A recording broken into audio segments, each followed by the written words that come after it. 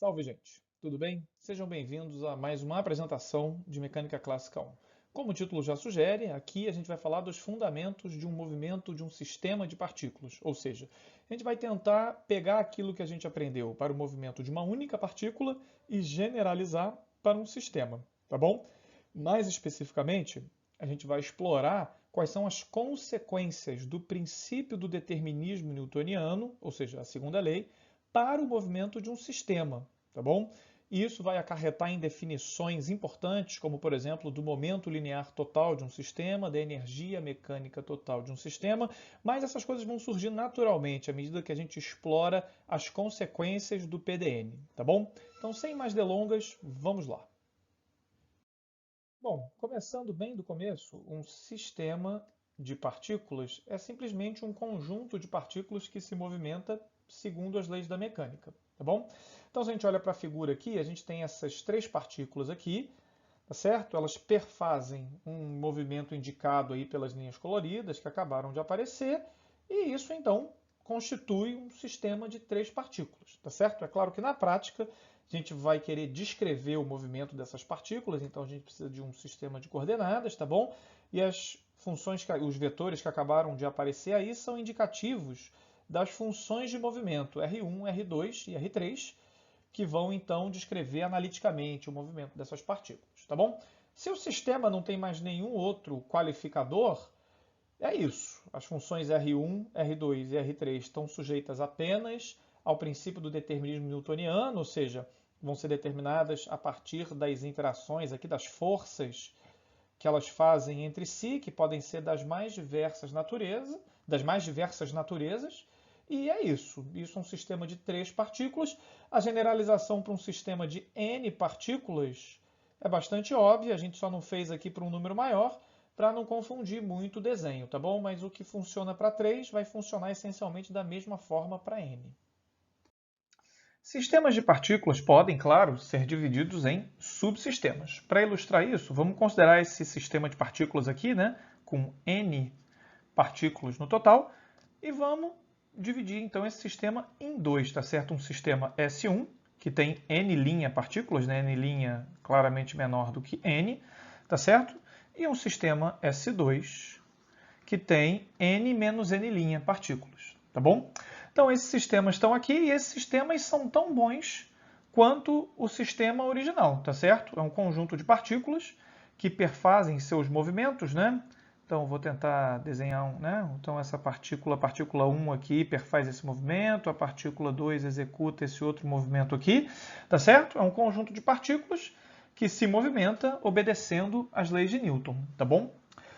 É claro que, da maneira como está desenhado, né, vocês podem ver, esses sistemas eles não são isolados, né, no seguinte sentido, né, não apenas as partículas de um dado sistema, que é S1, por exemplo, elas interagem entre si, como elas vão interagir aqui também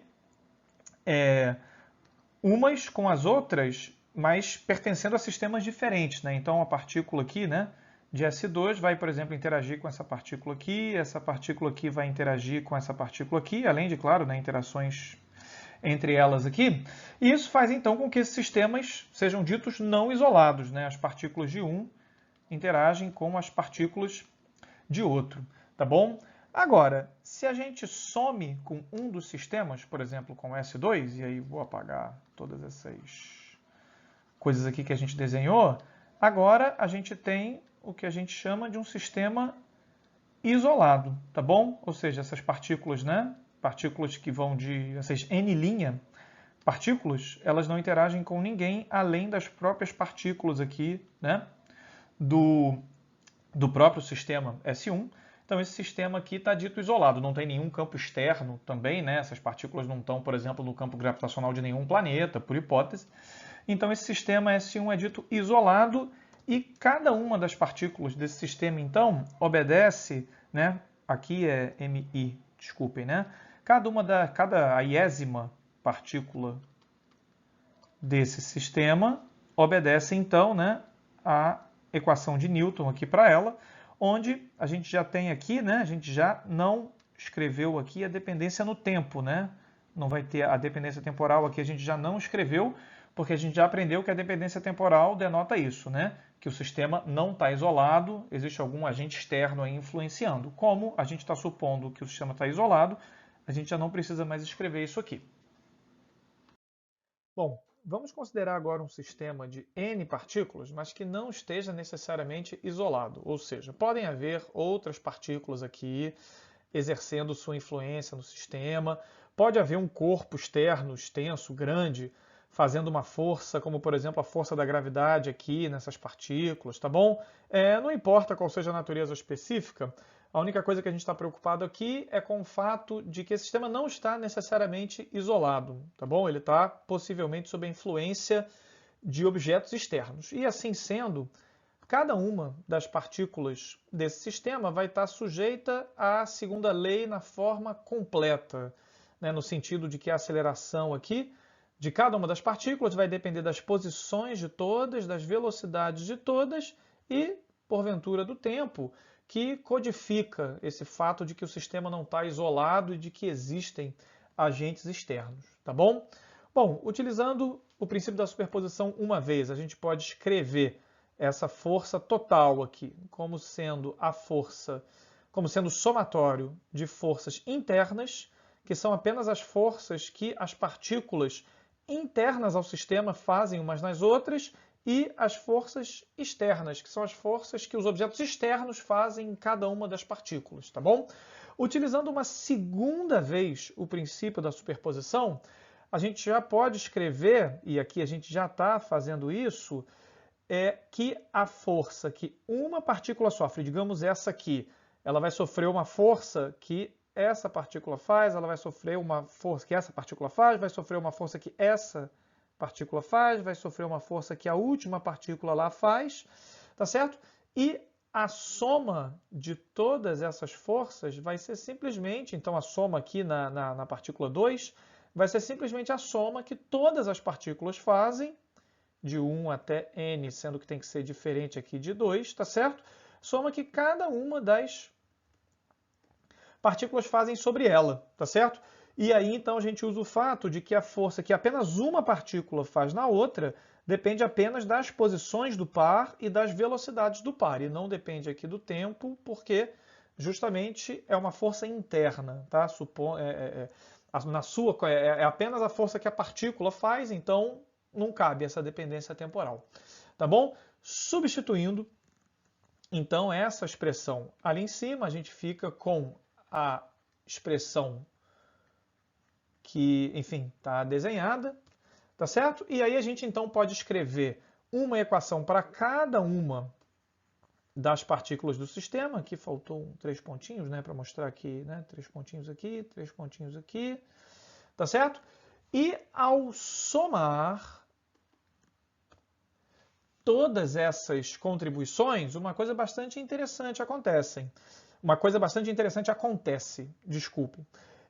A gente pode ilustrar aqui pegando um dos termos, por exemplo. Aqui, a gente está na enésima linha, então vamos pegar o termo, né, N1, tá certo? Então é a força que a enésima partícula faz na primeira, tá certo? Esse termo, ele também, nota que vai aparecer um termo bastante parecido aqui, né? Aqui a gente tem 1 e J, e quando J for igual a Nzão, a gente vai ter a força 1N aqui, ou seja, a força que a primeira faz na enésima. Aqui a gente vai ter a força N1, que é a força que a enésima faz na primeira.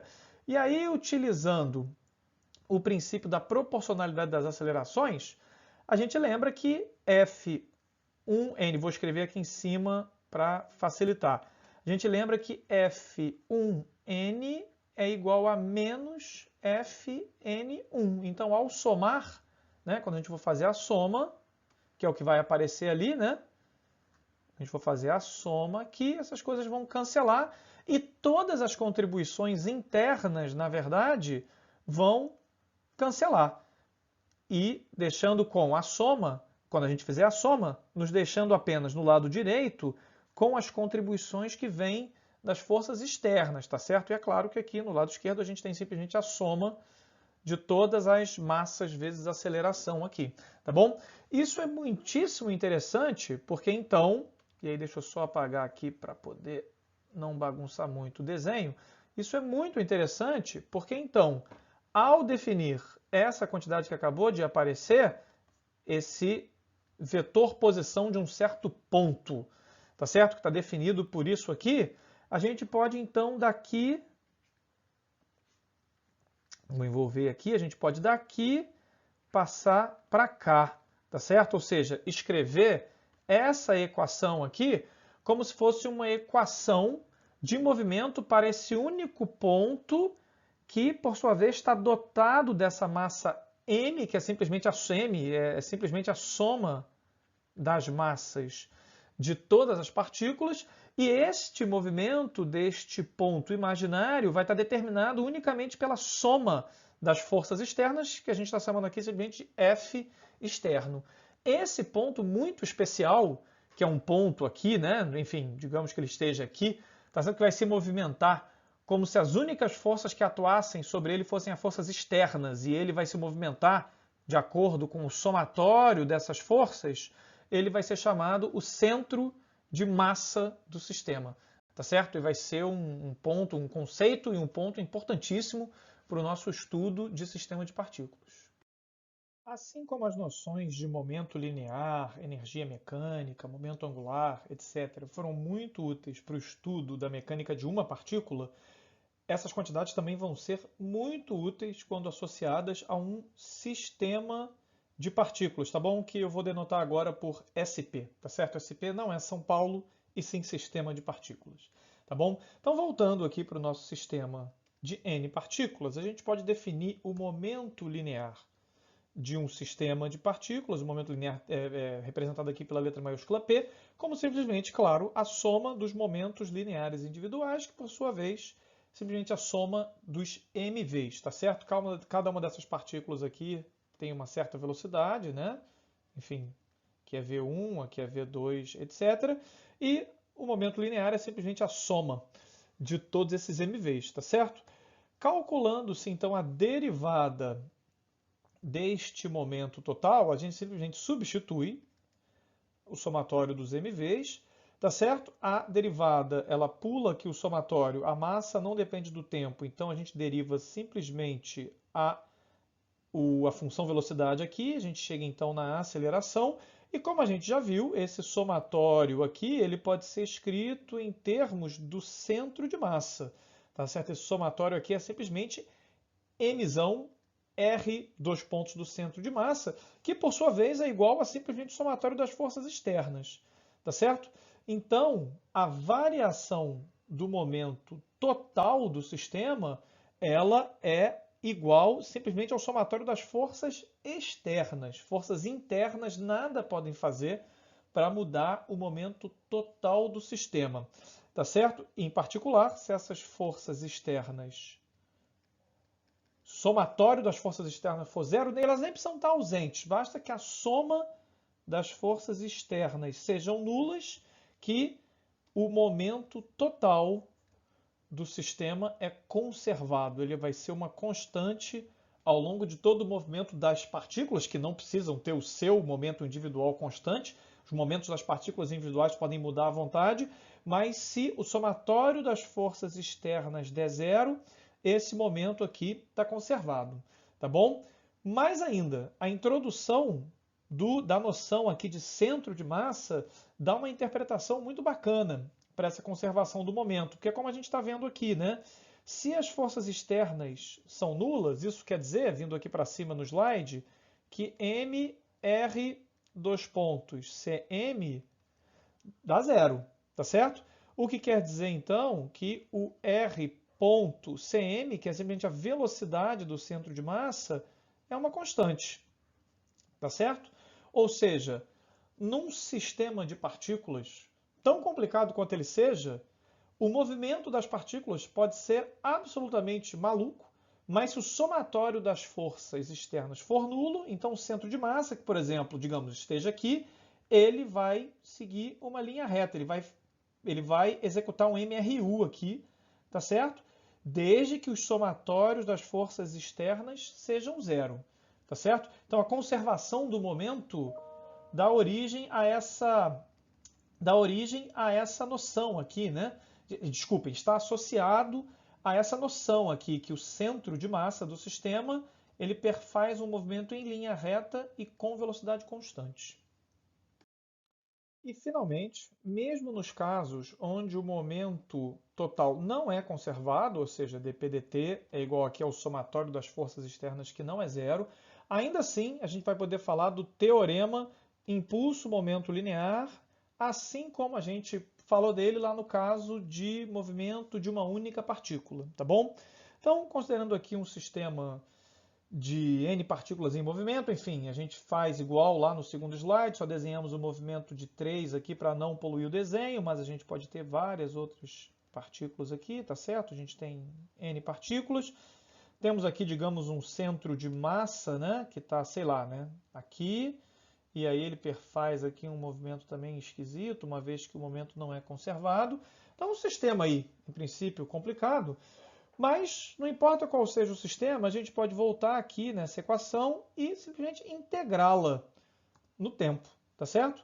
Isso faz com que o lado esquerdo aqui simplesmente vire P avaliado, né, a primitiva, avaliado, né, em TI e TF, tá certo? Que é um TF.